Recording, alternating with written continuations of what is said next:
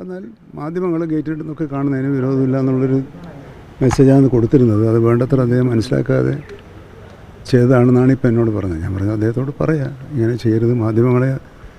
മാധ്യമങ്ങൾക്കുള്ള സ്വാതന്ത്ര്യമുണ്ട്, അത് അവർക്ക് കൊടുക്കണം. അവർക്ക് കാര്യങ്ങൾ റിപ്പോർട്ട് ചെയ്യാനാണ് വന്നിട്ടുള്ളത്.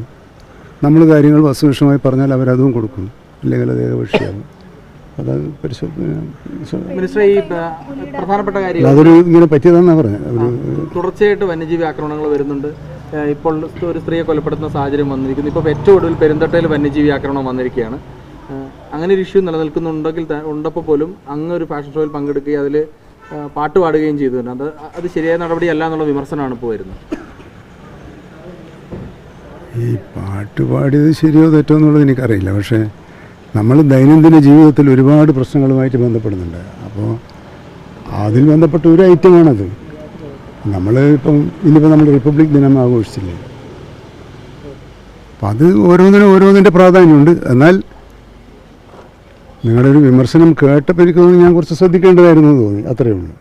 പഞ്ചാരക്കൊടിയിലെ കടുവ സ്ഥിരീകരിച്ചിട്ടുണ്ടോ? ഇല്ലില്ല, സ്ഥിരീകരിച്ചില്ല. കാരണം ഇത്തരം ഘട്ടങ്ങളിൽ പിന്നെ ഒരു അശ്രദ്ധ എൻ്റെ അടുത്ത് ഉണ്ടായോ എന്ന് നിങ്ങളൊരു വിമർശനം കേട്ടപ്പോൾ ഞാൻ മേലാൽ ശ്രദ്ധിക്കുക. കാരണം ഇപ്പം ഞാനിപ്പോൾ ഇവിടെ വന്നത് കടുവാകരി. ഇപ്പം ഇത്രയും നേരത്തെ നമ്മൾ ആഘോഷ പരിപാടിയിലാണ് പങ്കെടുത്തത്. ഇപ്പം നമ്മൾ പോകുന്ന ആഘോഷ പരിപാടിയിലല്ല. അപ്പോൾ പരിപാടികളുടെ വ്യത്യസ്തതയുടെ സാഹചര്യത്തിലാണ് നമ്മൾ ഓരോന്ന് പറയുകയും ഇപ്പോൾ ഇവിടെ നിങ്ങളോട് പറയുന്നത് ഈ സാഹചര്യത്തിലാണ്. അപ്പോൾ ആ സാഹചര്യത്തിലുള്ള ഒരു പ്രവൃത്തിയായിട്ട് ദയവായി അതിനെ കാണുക. അത് ആർക്കെങ്കിലും മനസ്താപം ഉണ്ടാക്കിയിട്ടുണ്ടെങ്കിൽ ഞാനത് പ്രത്യേകമായി ശ്രദ്ധിക്കാം. ഞാൻ പൊതുപ്രവർത്തകനാണല്ലോ.